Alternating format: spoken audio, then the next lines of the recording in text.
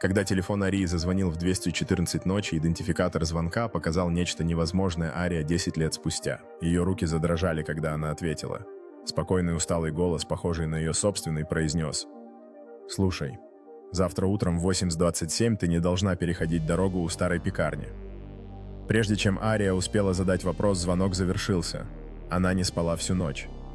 В 8:27 утра она наблюдала с противоположной стороны улицы. Теряющий контроль грузовик врезался ровно там, где она могла бы оказаться. Ее телефон снова вибрировал. Сообщение от неизвестного номера, осталось одно предупреждение. С того дня Ария живет в страхе, ожидая следующего звонка. Каждый вечер она проверяет свой телефон, надеясь, что больше никаких предупреждений не поступит. Но ее мысли заполняет странная тревога. Почему ей сообщили о происшествии? Что еще может случиться? Ее жизнь становится мрачной игрой ожидания, пока не наступает новая ночь и снова раздается звонок.